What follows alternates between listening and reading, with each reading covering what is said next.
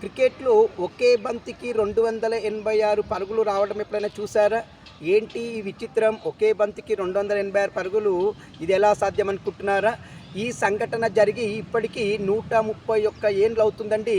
సరిగ్గా 131 ఏండ్ల క్రితము అనగా 1894లో పశ్చిమ ఆస్ట్రేలియాలో విక్టోరియా వర్సెస్ స్క్రాచ్ 11 మధ్య జరిగినటువంటి మ్యాచ్‌లో ఈ ఘటన చోటు చేసుకోవడం జరిగింది.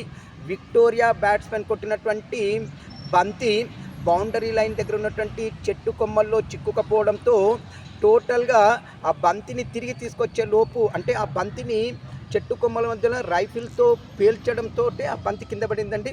అప్పటి వరకు బ్యాట్స్మెన్స్ మొత్తంగా 286 పరుగులు జోడించడం జరిగింది. ఏది ఏమైనా క్రికెట్ చరిత్రలో ఒకే బంతికి 286 పరుగుల ఈ అరుదైన రికార్డు చోటు చేసుకొని ఇప్పటికి 131 ఏండ్లు అయింది. మరి ఇలాంటి వింత వింత ఘటనల గురించి ఇంకా మనం మున్ముందు ఎన్నో చెప్పుకుందాం. ఇట్లు దినేష్ గంగసాని.